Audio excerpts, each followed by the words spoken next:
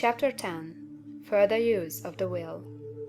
You cannot retain a true and clear vision of wealth if you are constantly turning your attention to opposing pictures, whether they be external or imaginary.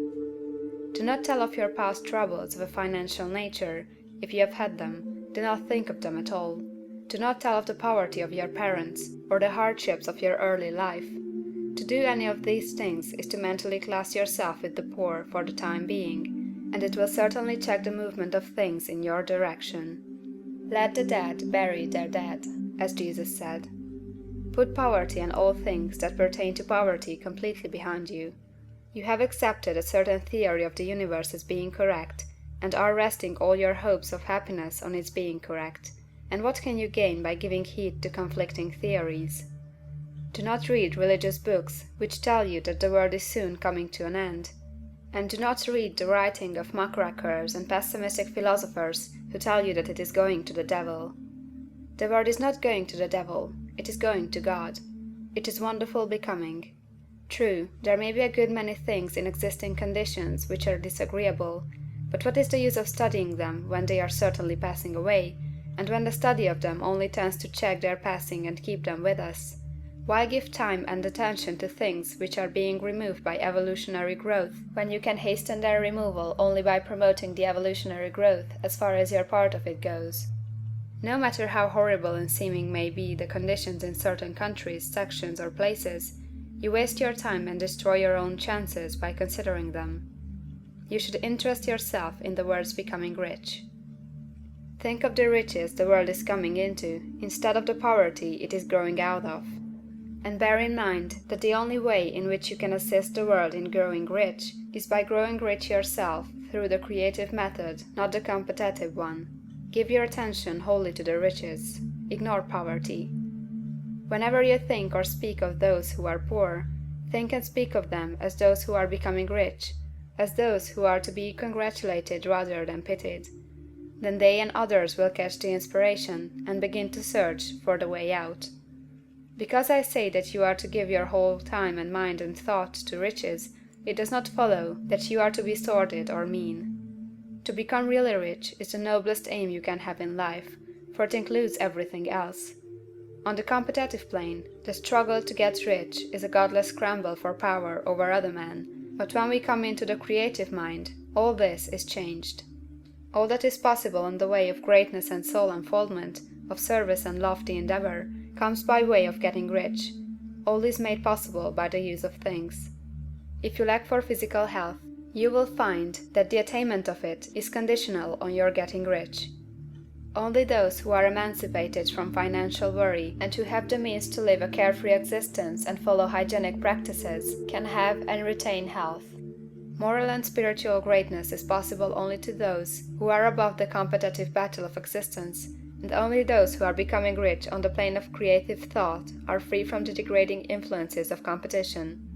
If your heart is set on domestic happiness, remember that love flourishes best where there is refinement, a high level of thought, and freedom from corrupting influences, and these are to be found only where riches are attained by the exercise of creative thought, without strife or rivalry. You can aim at nothing so great or noble, I repeat, as to become rich, and you must fix your attention upon your mental picture of riches, to the exclusion of all that may tend to dim or obscure the vision. You must learn to see the underlying truth in all things. You must see beneath all seemingly wrong conditions the great one life ever moving forward toward fuller expression and more complete happiness. It is the truth that there is no such thing as poverty, that there is only wealth. Some people remain in poverty because they are ignorant of the fact that there is wealth for them, and these can be best taught by showing them the way of affluence in your own person and practice. Others are poor because, while they feel that there is a way out, they are too intellectually indolent to put forth the mental effort necessary to find that way and by travel it, and for these the very best thing you can do is to arouse their desire by showing them the happiness that comes from being rightly rich.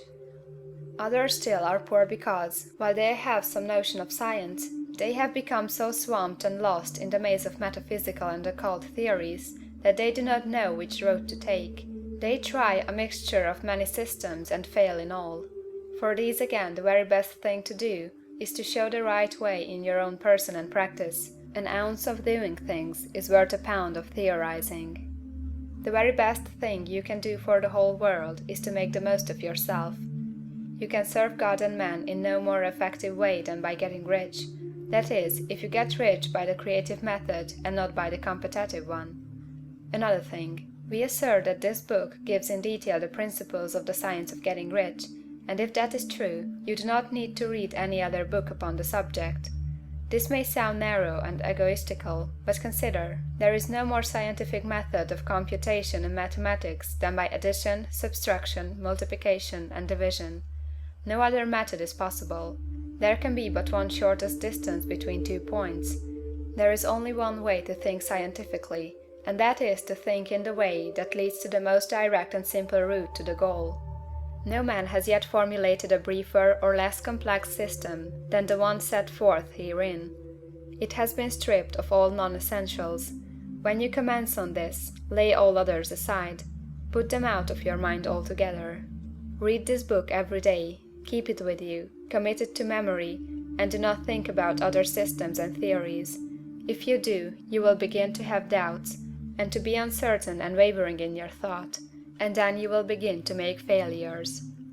After you have made good and become rich, you may study other systems as much as you please, but until you are quite sure that you have gained what you want, do not read anything on this line but this book, unless it be the authors mentioned in the preface. And read only the most optimistic comments on the world's news, those in harmony with your picture. Also, postpone your investigations into the occult. Do not dabble in theosophy, spiritualism, or kindred studies. It is very likely that the dead still live and are near, but if they are, let them alone. Mind your own business.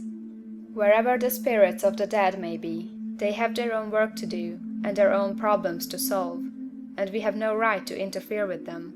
We cannot help them, and it is very doubtful whether they can help us, or whether we have any right to trespass upon their time if they can. Let the dead and the hereafter alone, and solve your own problem, get rich. If you begin to mix with the occult, you will start mental cross-currents, which will surely bring your hopes to shipwreck. Now, this and the preceding chapters have brought us to the following statement of the basic facts.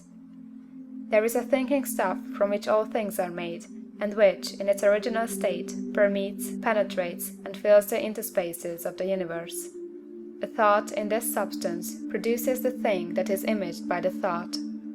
Man can form things in his thought, and, by impressing his thought upon formless substance, can cause the thing he thinks about to be created. In order to do this, man must pass from the competitive to the creative mind. He must form a clear mental picture of the things he wants, and hold this picture in his thoughts with the fixed purpose to get what he wants, and the unwavering faith that he does get what he wants, closing his mind against all that may tend to shake his purpose, dim his vision, or quench his faith. And in addition to all this, we shall now see that he must live and act in a certain way.